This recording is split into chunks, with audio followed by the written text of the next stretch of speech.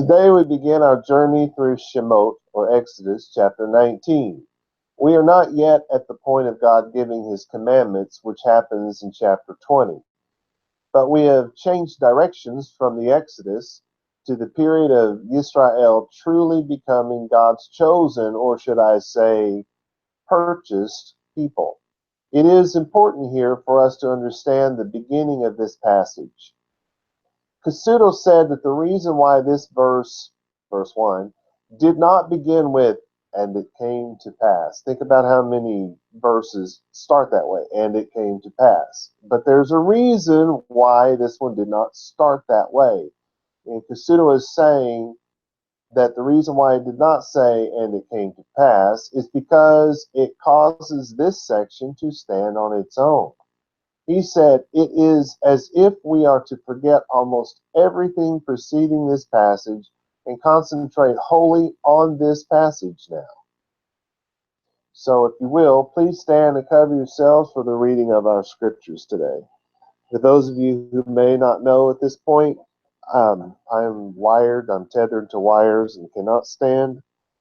It's not a commandment, by the way. It is a tradition that we very much love around here. I'm just not able to do that. Even if I weren't tethered, I think I'd have trouble getting up and down without messing up the cameras. But anyway, it's what we do. So we begin, our first verse is Shemot, or Exodus chapter 19, verse 5, which says, Ve'ata im shamoa tishme'u bekoli ushemartem et beriti viyatem li segula, very important word, mikol ha'amim kili kol ha'aretz. And the next one is chapter 19, verse 6, and it's Ve'atem tiyu li mim lechet kohanim ve'goi kadosh eleha devarim asher tedaber el b'nei Yisrael. And then we jump to verse 10, which says, Vayomer Yahweh El Moshe lech el ha'am v'kidashtam hayom u'mahar v'chibsu simlotam. All right, so you may be seated.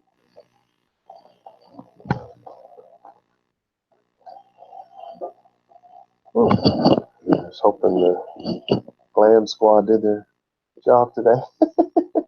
Anyway, we begin with Shemot, or Exodus chapter 19, verse 1. Now, by the way, all of these translations that you're hearing are my translations. So this is my translation of the Hebrew text.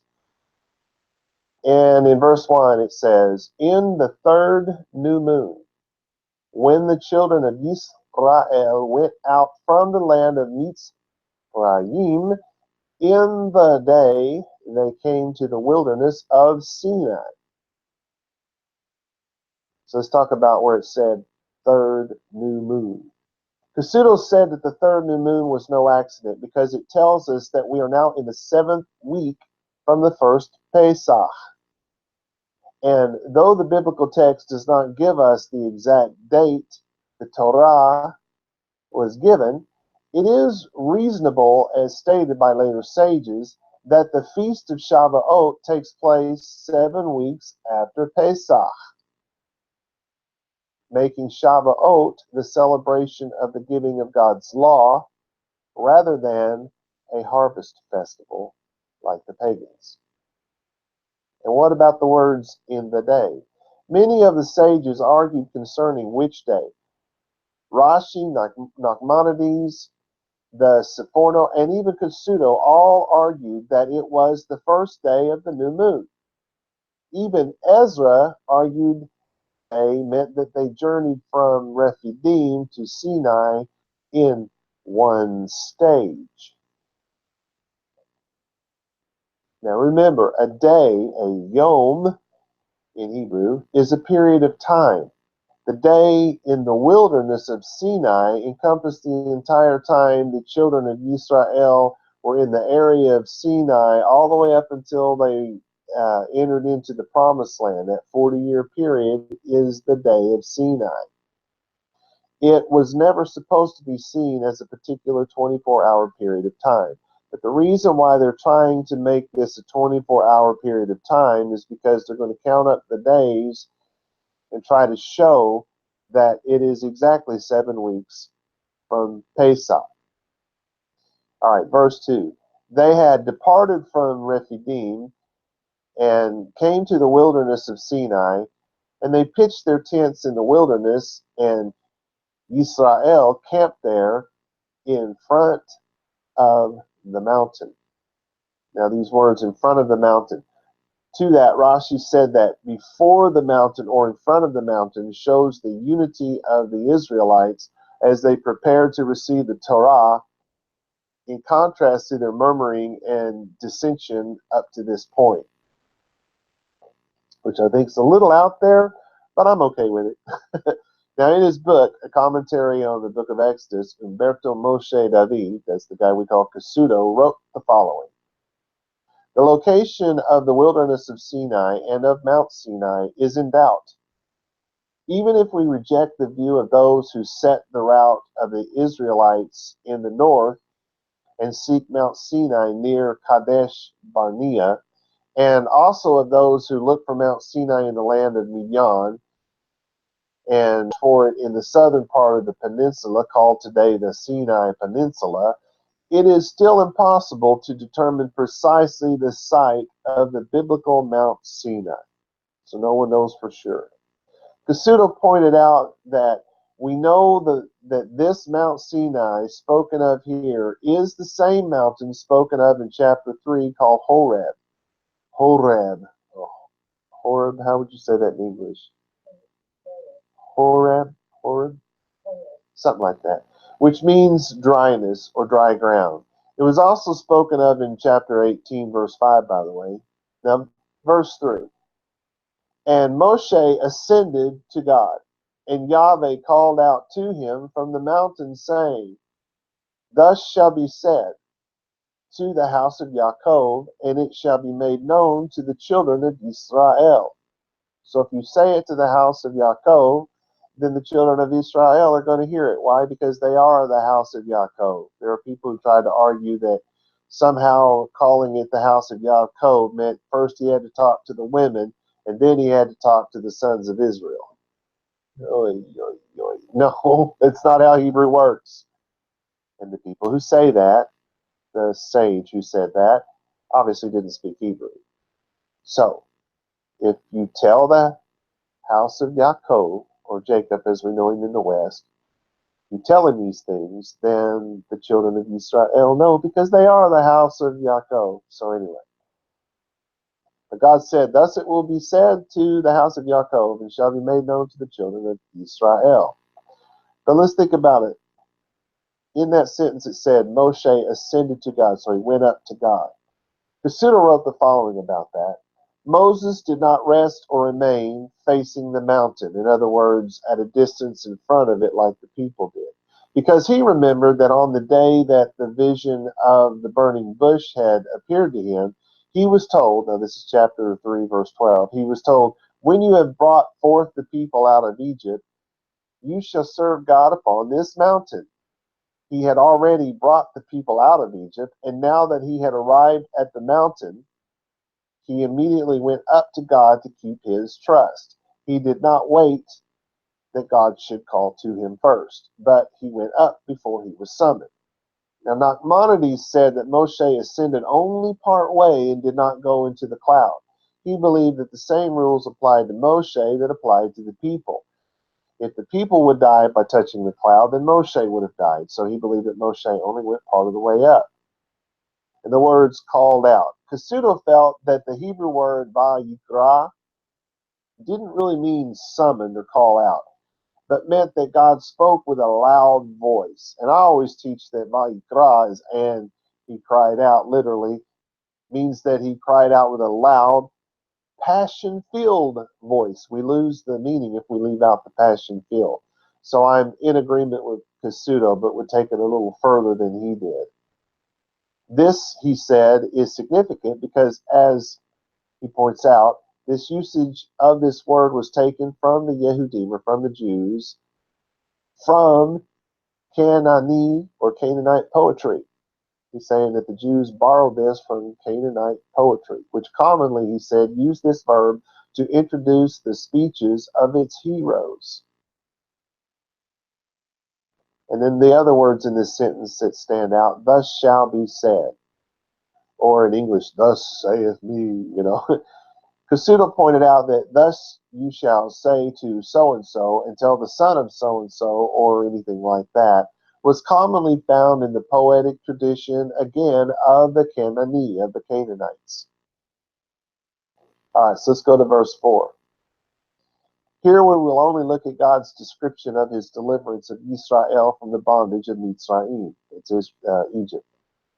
His deliverance of Israel from Egypt. In this verse, we find God's proposal to Israel.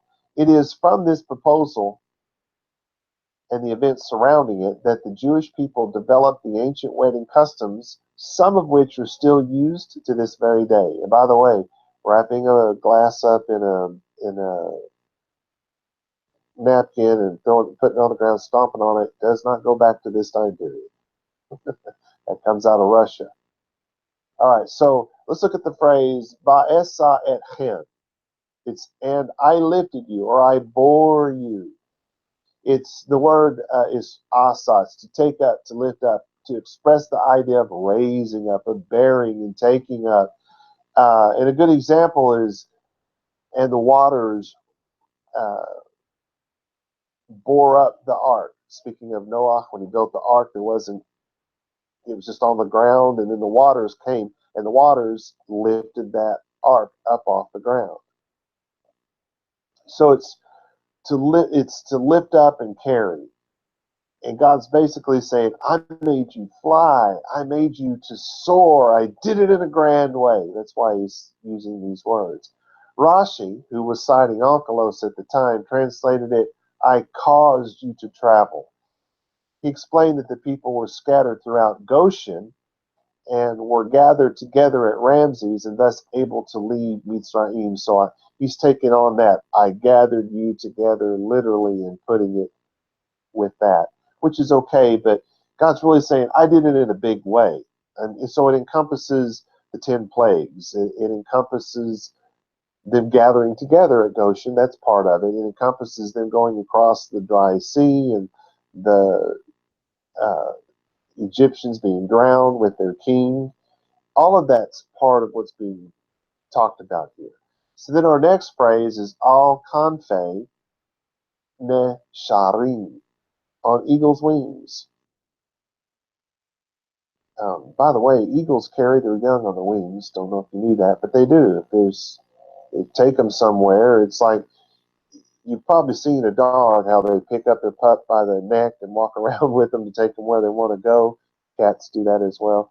Well, birds, eagles, do this with their young. They put them on their wings, more specifically up here, and they fly off with them. And another thing that a lot of people don't know is in fires, eagles and even other birds, but predominantly the bigger predators like eagles, they when they get trapped in a fire and can't get out for some reason, they will literally scoop up with their wings their young up against their breast and cover them over. And firemen, this is pretty common with firemen, find the bird, the charred remains of the bird, and they pull the wings away, and the young will still be alive under those wings. It's pretty neat if you think about it. But back to our verse.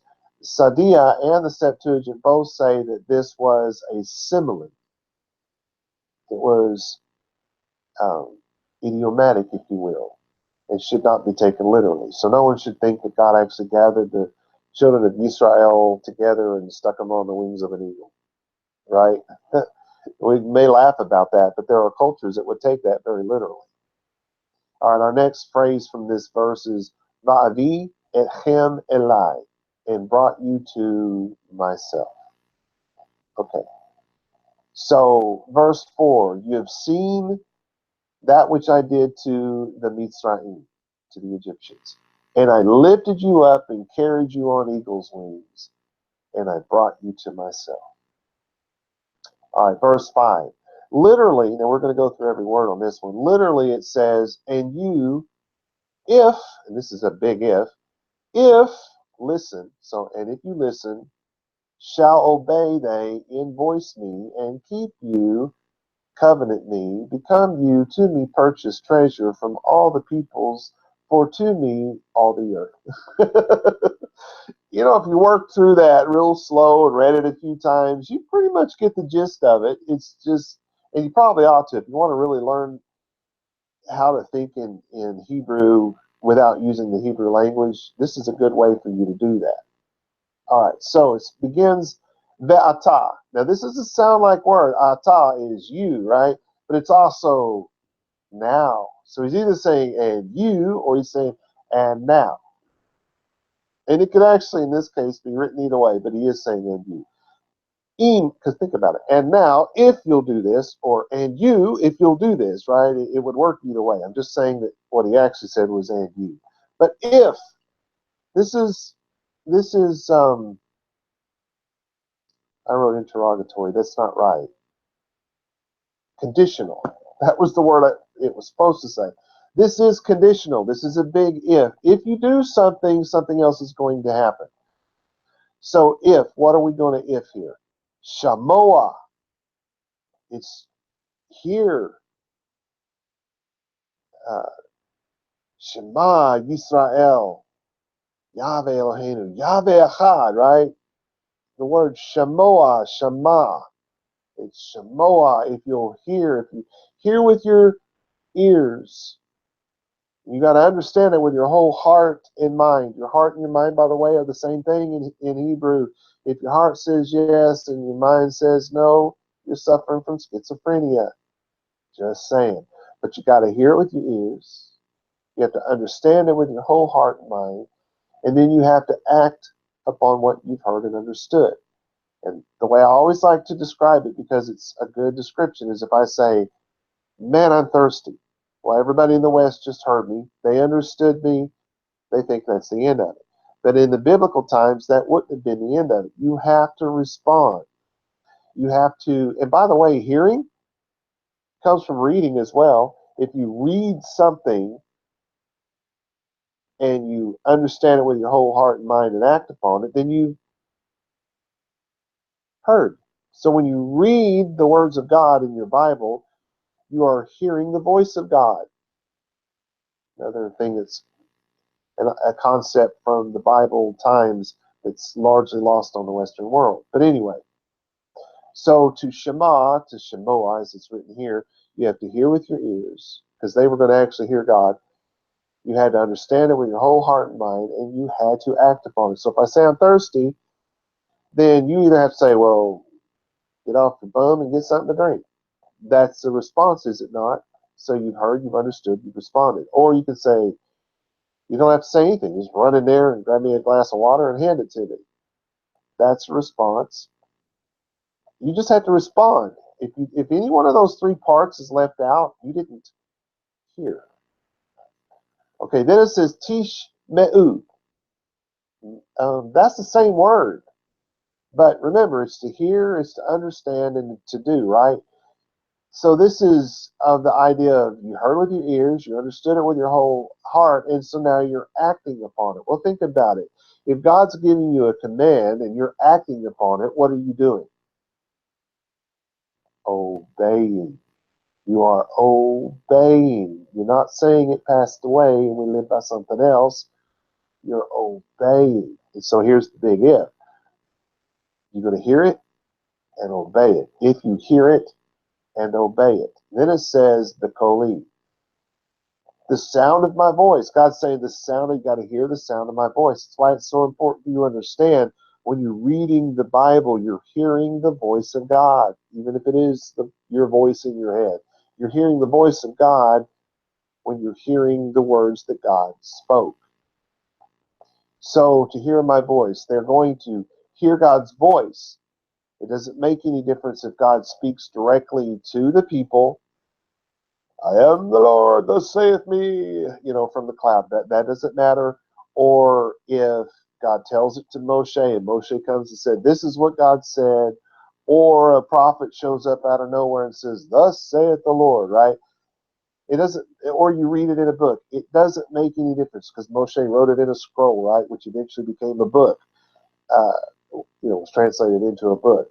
Any of those ways is how you hear God's voice.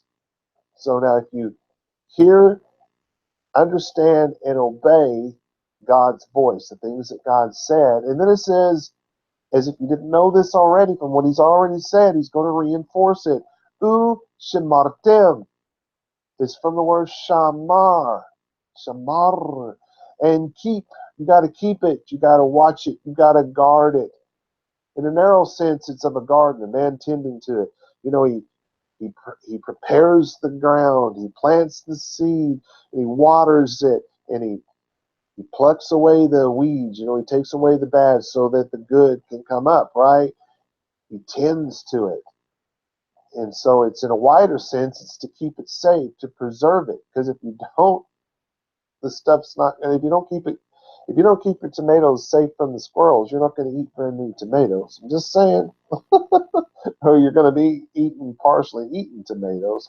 You ever notice they always want to take just one bite out of each one? I'm just saying. All right. So I think we've got enough there. You've got to keep it. You've got to do it. You've got to tend to it. You've got to observe it. You've got to protect it. It's spoken of keeping God's covenant, by the way. It's spoken of making sure you keep the Sabbath. Those are just different ways it was spoken of in the Bible. Then it has the Hebrew word et. Et has no meaning. It's just a pointer. It points to what? Beriti, to my covenant. Literally, it's covenant me, but to my covenant is what they mean. It's a covenant so called from the idea of cutting, since it was the custom in making solemn covenants to pass between the divided parts of the victim. Eating together, banquet among the Orientals, to eat together is almost the same as to make a covenant of friendship. So if you come over to my house and we cook some food and we eat it together, it's like making a covenant of friendship in the day. The Hebrews, too, were accustomed to eat together when entering into a covenant. It is used of a covenant entered into between nations, between individuals and friends, of a marriage covenant, which is what we're looking at here if you haven't caught on already, especially and most frequently used of the covenant between God and Abraham, confirmed by Moshe, by the way. Okay, so then we look at V'yitem. You will become. It's to be, to exist. When followed by a lamed, which it is to be to anyone. It's used of a thing. In other words, it's for him as a possessor, to be possessed. And we're not talking your head spinning around and you're spewing pea soup. We're saying he owns you. You serve him. That's what this means. And who's the him? By the way, it starts with a lamed. Me. To me. God is talking to me. To do that. Segula. If you do all this stuff, you keep it, you guard it, you make it happen. Segula. This is so cool. A purchased treasure. It's property. It's something you purchase. It's wealth. You own it. You have gold back in the safe. That's your wealth. It's of private property, of course. They were peculiar. The reason why you see peculiar in English translations is that they were peculiar because they were the only people on the planet in covenant with God. They're still the only people in covenant with God. They are the only people who have ever had a covenant with God. I know Christians are, if they're listening, which maybe they're not, but if they were, they'd be blowing up right now. As Christians, we have a covenant. No, you don't. There's only one covenant. So his purchase of them was contingent upon their listening to and obeying the sound of his voice and tending to that covenant. Then it says Mikol. It says from all ha'amim, from all the peoples. A people is so called from their being collected together. of a single race or tribe. There are people because it's a single race, or there are people because it's a single tribe, or there are people, a family is called a people. You know, the Allen family, that's the Allen people. Their relatives are all part of that. It's there's something that ties you together. We who live in America, who call ourselves Americans, Americans are a people. You could even go as far as to say we're a people because we're white, we're a people because we're black, we're a people because we're Hispanic, we're a people because we're um, Asian, and all of that's fine. But in America, that's a little more difficult because we're kind of a melting pot of everybody, right? So for us to be a people, we're basically Americans. That's the people who live here. It's not saying that the Jews were better than all other nations. It's saying that they are separated from all of them. Then it says, Kili kol haaretz. So basically, that's for to me all the earth. So you're separated to me from all the earth. And the earth is the orbit, the orbis, the ball, the roundy ball that we walk on every day. Okay, so here's the amplified translation. Remember, we're Shemot 19:5.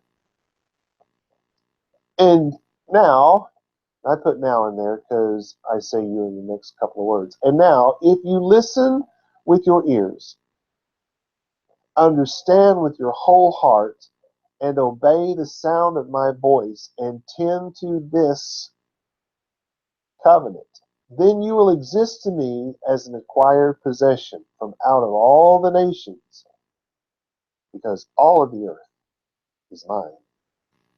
Now here's the simplified translation.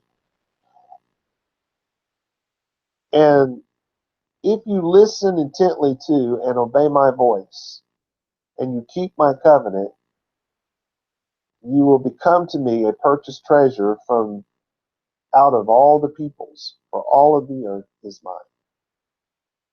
So the words, and if you listen intently and obey my voice. Eleazar said it was the Shabbat. Akiva said it was the covenant of the circumcision. Even Ezra said it was the covenant of Sinai.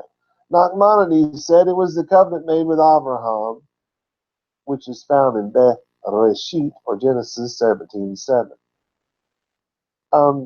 Wow. There's only one covenant, just one. But it's because these men said things like this that suddenly we have these different covenants.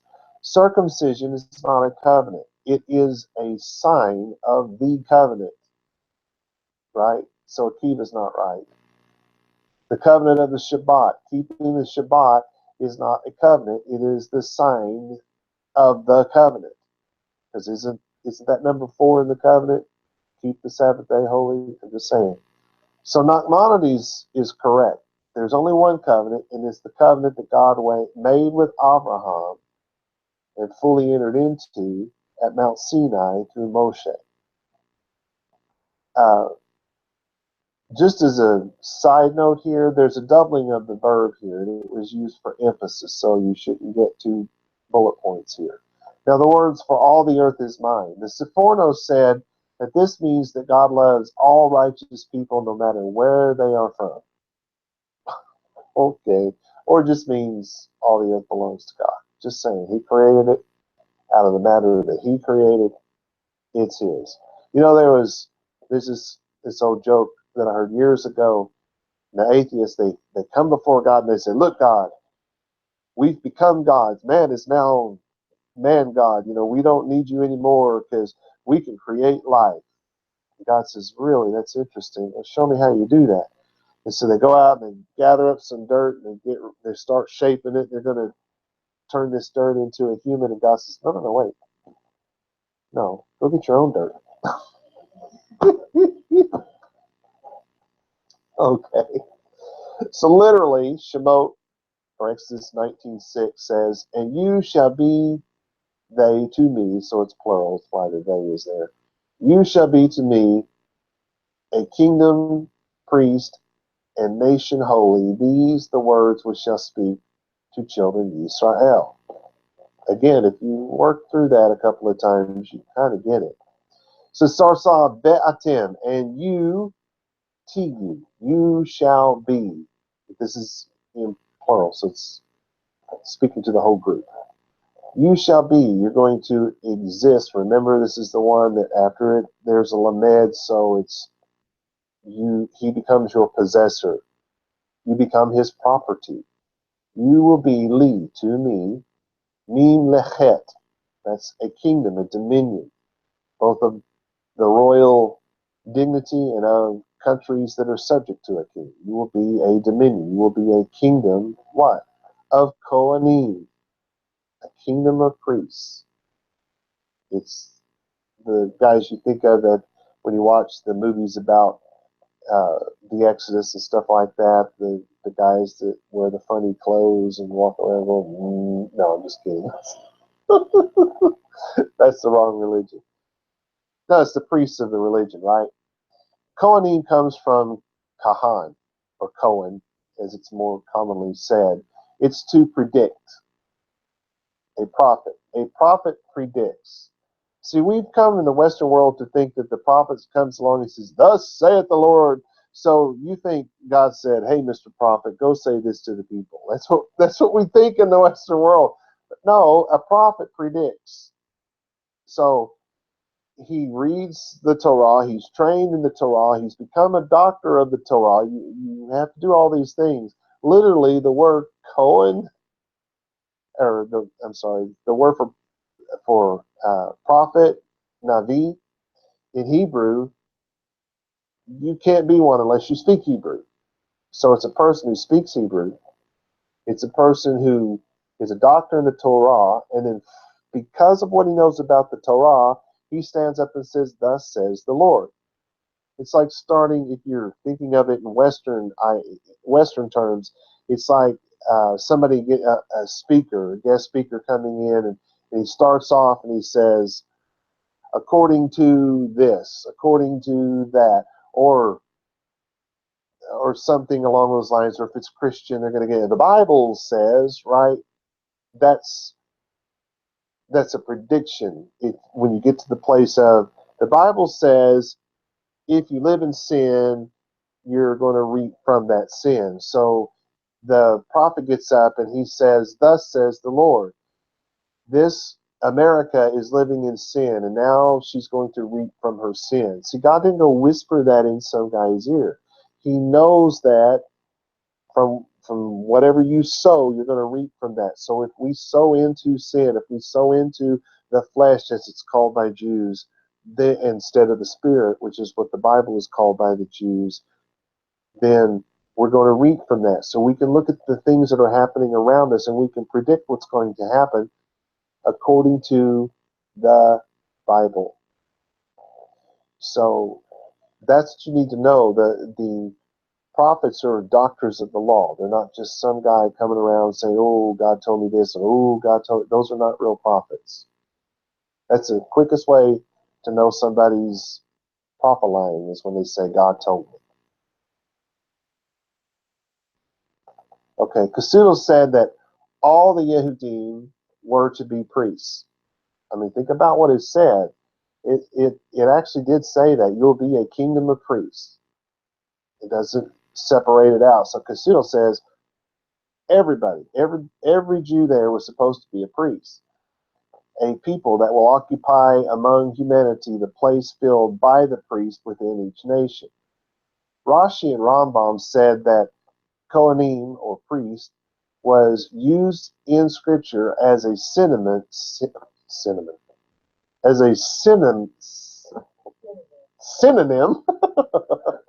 for prince. They do this because the priest didn't exist at this time. God's talking about the priests, and they don't even exist at this point. So they have to make it something else, right?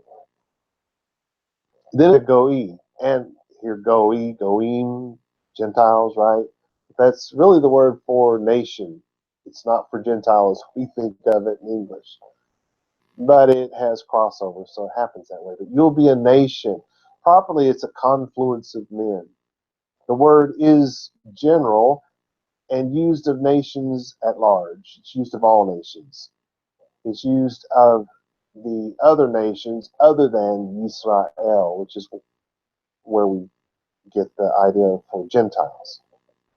So, but think about this. God is now switching from you being a people to you being a nation. What makes us a nation is the fact that we are a kingdom of priests and we are holy. Without a covenant with God, we are just another Gentile people.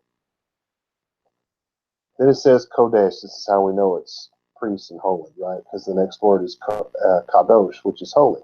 It's to be pure, it's to be clean, it's free from defilement of crimes, free from idolatry and other unclean, profane things. It is applied to God, of course, as abhorring every kind of impurity, both physical and moral. It's used of the priests, of anyone who lives according to the laws contained within the Torah, of the people of Israel, of holy places, of days that are sacred. They call them holy days, right? So those are the kind of the ways that it's used. So set apart or holy it means that they lived in covenant with God's rule. That's what made them a set apart nation, was that they lived according to God's law. And if you live according to God's law, you are pure. It's when you don't live by God's law that you become impure. Kasuno said that the Yehudim, the Jews, would be a nation dedicated entirely to the service of God. Nachmanides said it was a people living holy lives devoted to the service of God. So it's kind of the same thing. The Sephono said we are to be an inspiration, an example to all the human race, which is utter nonsense. The human race, the people who live in denial of God, the people who live like there is no God, the people who believe that they have no covenant, no laws that they have to obey coming out of that Bible because they're living by grace and not by God's law, that kind of thing. They're not going to be inspired by us. So that is very nonsensical. The next word is eleh. It means these, These. These. Then it says ha devarim, these words.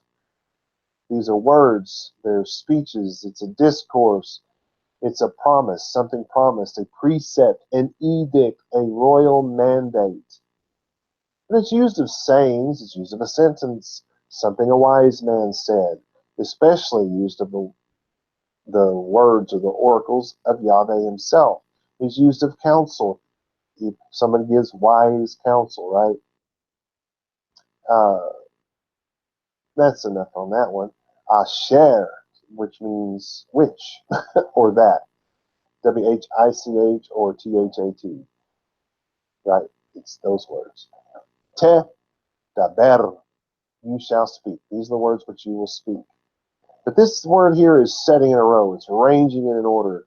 These are words that are designed to lead, to guide, of flocks who lead their herds to pasture.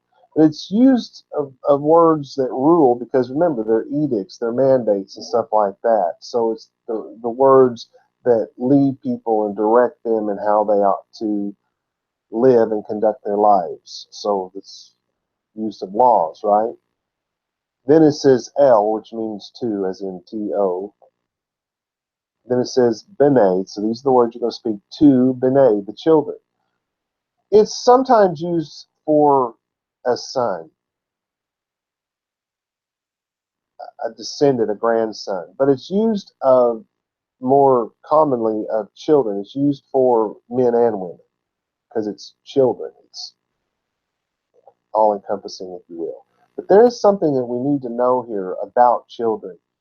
It is a name of age for a youth, of course, but it's applied to a subject rendering obedience to a king or a lord as if that person was their father.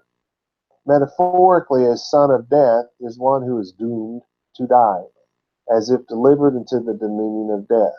A son of stripes is doomed to receive stripes. It's some hard-headed person who keeps messing up and keeps getting stripes for the things that they're doing wrong. It's to be brought up as if you are the son when speaking of foster sons. It's used of disciples. inasmuch as teachers were treated with reverence and obedience like parents and received the title of father, right? So your rabbi was called your father. Anyway, I think that's probably enough on that word. There's an awful lot there. But in short, we cannot be God's people if we do not listen to and obey his voice and thus keep his commandments, because his children obey him. And then, so you're going to say this to the children of Israel. So here's the translation of Shemot, or Exodus 19:6. And you shall be to me a kingdom of Kohanim and a holy nation. These are the words which you shall speak to the children of Israel.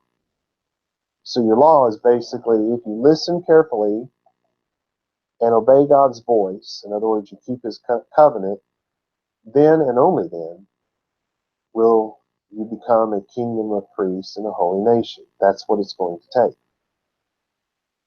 So verse 7, and Moshe went and called to the Ziknei, that's the elders of the people, and placed to faces them. So obviously that's an idiom. He placed before them all these words Yahweh commanded.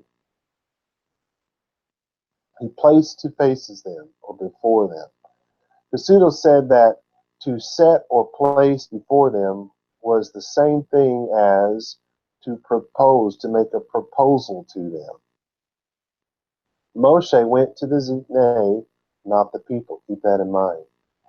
Here, we will only look at the response by the children of Israel to the general statement concerning the people entering into covenant, or the general, I should say, to the proposal concerning the people entering into covenant with God. We may also just now be realizing that God freed the children of Israel from Mitzrayim. He freed the Jews from Egypt before he asked them to be his people. Also, keep in mind, Moshe went to the Ziknei, went to the elders, not to the people. But here we're going to find out the people answered the elders. So in verse 8, we're just going to look at this part of it. Kol asher diber Yahweh na'aseh, which basically is all which Yahweh said we will do. So kol is the totality. We're not going to just obey, these laws are set aside for the priest. These laws are set aside for the people who actually live in Israel, and we're therefore going to live just by these. No, that's not what they agreed to. They agreed to kol, its totality. They agreed to everything which diber, which was said. That's the setting in the row, the arranging in order. So it was said to them in a way that they understood exactly what they were getting into. Everything that Yahweh said, na'aseh, we will do. Properly, it's to labor, to work about, to make, to produce, to labor, to manufacture, to fabricate. Used of a ship, because you have to fabricate the ship, right? It's used of an altar. It's used of bricks, of garments, of a booth or a tent. Just things that you build. Used of God to produce, to create, as in the heavens and the earth, as in human beings. To make anything, in other words, to produce it from oneself. So God obviously produced everything from himself, his own abilities, his own powers. It is an expression used of living creatures. In other words, cows make milk. They produce milk. You get that, right? It's the product of the cow. To make fat on the loins is said of men growing fat. In like manner, trees are said to make fruit. To acquire something by labor, to make a living. So I think we're kind of getting the idea. But we're doing something in our strength. God does things in his strength. So we've had this word before, by the way. They are going to do it with their own strength.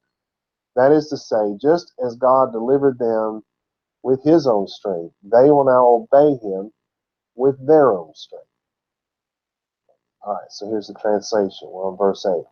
And all the people answered in unison, where's the unison? Unison, and said, everything that Yahweh said, we will perform.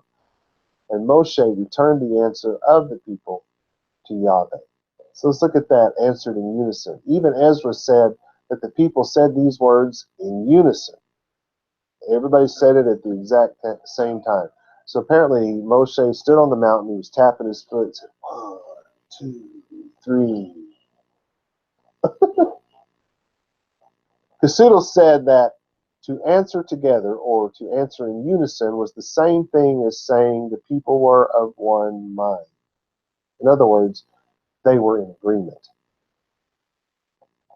The Hebrew wedding customs that developed because of Exodus, let's talk about some of that. Hebrew men gave lavish gifts before, during, and after marriage called mohar.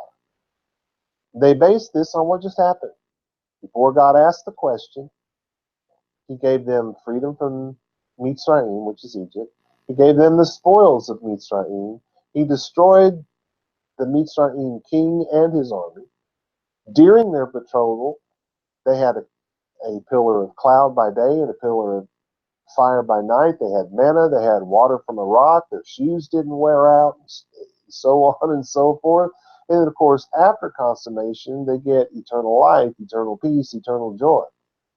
Lavish gifts before, during, and after marriage. Mohar. God went to Moshe. Moshe went to the Ziknei, which are the elders. The Ziknei went to the people, and the people unanimously accepted the terms of the covenant.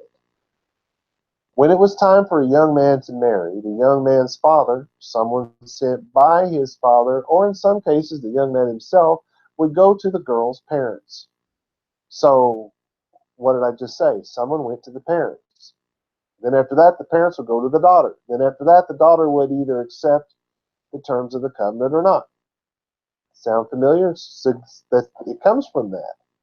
The children of Israel were under no obligation whatsoever to enter into this covenant with God. They could have just said, thanks for getting us out of there, hasta so long. They didn't have to do it. So the bride was not obligated to marry either. All right, we've got some time left. Shemot 19:9. And Yahweh said to Moshe, behold, I come to you in a dark cloud, so that the people will hear me speaking to you. And indeed, in you they will be faithful forever. And Moshe declared the people's answer to Yahweh. Why would God come in a dark cloud? It's real simple. You can't see God and live. I'm just saying. Onkelos by Drazin and Wagner says the following. Moses ascended the mountain and communicated with God on the 3rd day of the month of Sivan, which comes from verse 3. He descended on the same day, which comes from verse 7, and brought the word of God to the elders and the people. The next day, Moses brought the people's response to God. That comes from verse 8. God then said that he would speak to Moses from the thick clouds, so that, thick or dark, so that the people could hear, because, and they have this in parentheses, because the people wanted to receive instruction directly from their king. Rashi wrote that. That's not true. The voice, what did they say? Oh, don't let him talk to us again lest we die. You talk to him, Moses, and we'll listen to you. Remember, so Rashi couldn't be more wrong. But anyway, they go on to say, on the 4th day, Moses repeated the people's request to God. That comes from verse 9. On the 4th day, God also commanded Moses to go to the people and request that they prepare on that day and the next day, the 5th day, from verse 10. They should be ready on the 6th day, which is the 3rd day of preparation, to receive the 10 commandments, from verse 11, which we haven't done yet. This is the 6th day of Sivan. Shavuot has been celebrated by many Yehudim for at least 2,000 years now on the 6th day of Sivan, because it's 7 weeks after Pesach. Sounds reasonable to me. All right, so now verse 10 literally says, and he said, Yahweh, to Moshe, people and bathe them this day and tomorrow and wash their garments. So it starts off volume mem, and he said the primary signification is to bear forth, hence to bring it to life. It is to shed light on the subject. Yahweh. So Yahweh said to Moshe, Lech, go, walk, put one foot in front of the other. That's really all he's saying here. Go to Ha'am, go to the people. He hasn't given the law yet, so they can't be the nation yet, right? They're still the people. They're called a people because what? Well, not because they were all Jews, because they weren't. It was a mixed multitude. Why were they all called the people at this point? Because they all agreed to follow God's law. That made them a people. But to become a nation, they would have to live according to God's law, which has not been given as yet. So go to the people, Veki Dashtam, and bathe them. Oh, yeah. How'd you like to be Moshe and have to do that job? No, Moshe didn't do that. It's make them clean, make them pure. That's why some Bibles, instead of saying uh, wash them or bathe them, it says sanctify them, because we don't want to go down that road. So the process of purification is called sanctification. So they're not wrong in what they're saying. Even Ezra said it meant to wash their garments and bathe, which he is correct. It does mean that. Nachmanides said it meant to separate themselves from all form of uncleanness. It means that as well. Sanctify them. That's what we're talking about, right? Moses witnessed it. He didn't actually wash them personally. He gave the command, and he witnessed that the command was carried out. It doesn't mean that he watched every single person or any of that kind of stuff, but somebody did. And the way the Jews did that is that the women would gather in one place, and there were women who watched and made sure that when they dunked themselves under the water, because we're talking about baptism here, if you don't realize this. They didn't grab them by the head and dunk them under the water. That comes from Catholicism.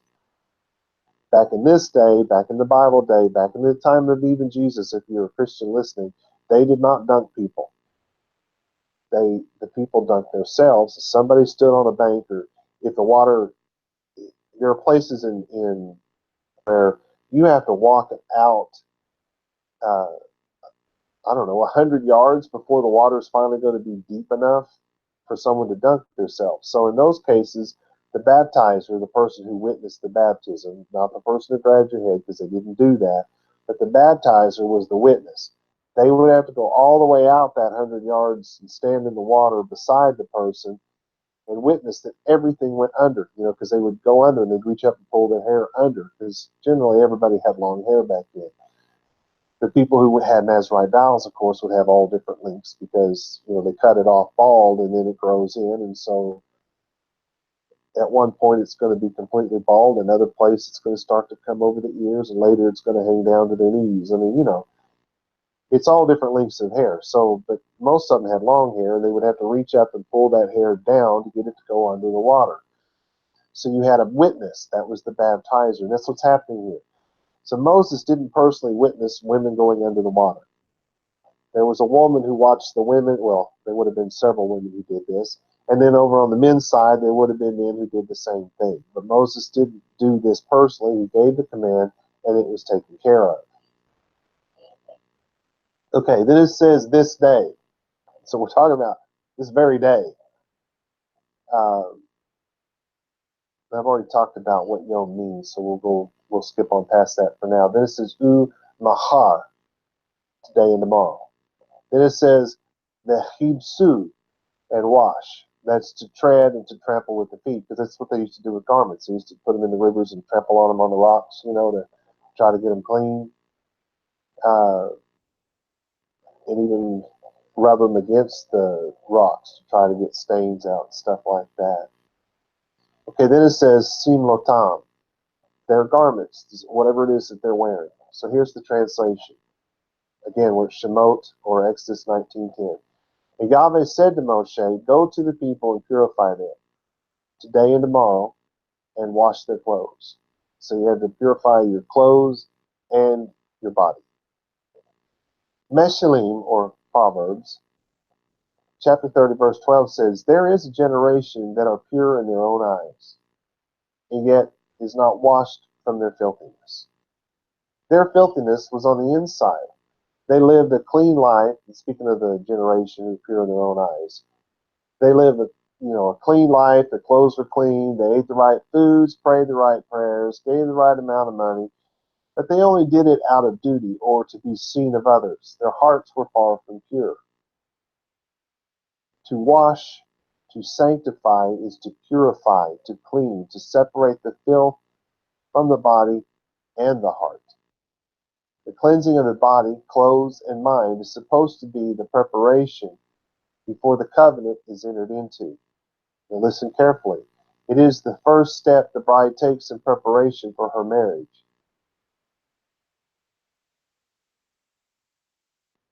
The second step is to decide whether to accept the groom's proposal.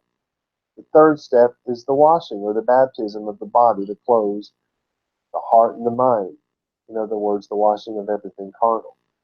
From this verse came the tradition of the Arusa, or the time of the setting apart. It was the time for the bride to prepare her body, her heart, and her mind before entering into the marriage covenant. She was about to give herself, body and soul, to a man for the rest of her life, or in this case, to a God for the rest of their life.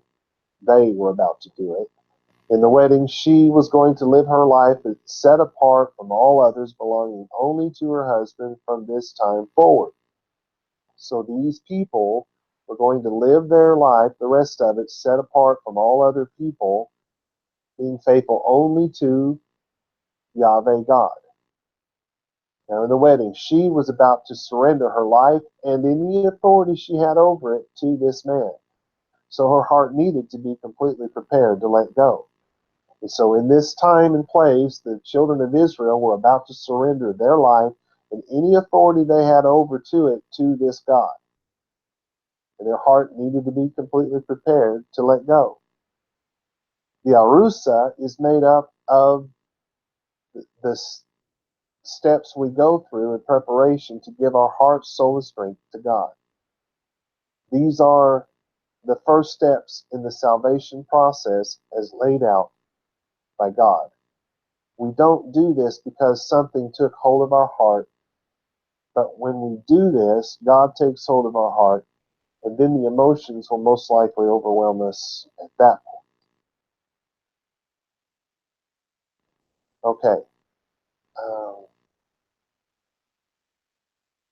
I think we're going to have to stop here. I've run out of time. We'll pick up. Well, wait a minute. Yeah. We'll pick up with verse 11 next week. Shalom.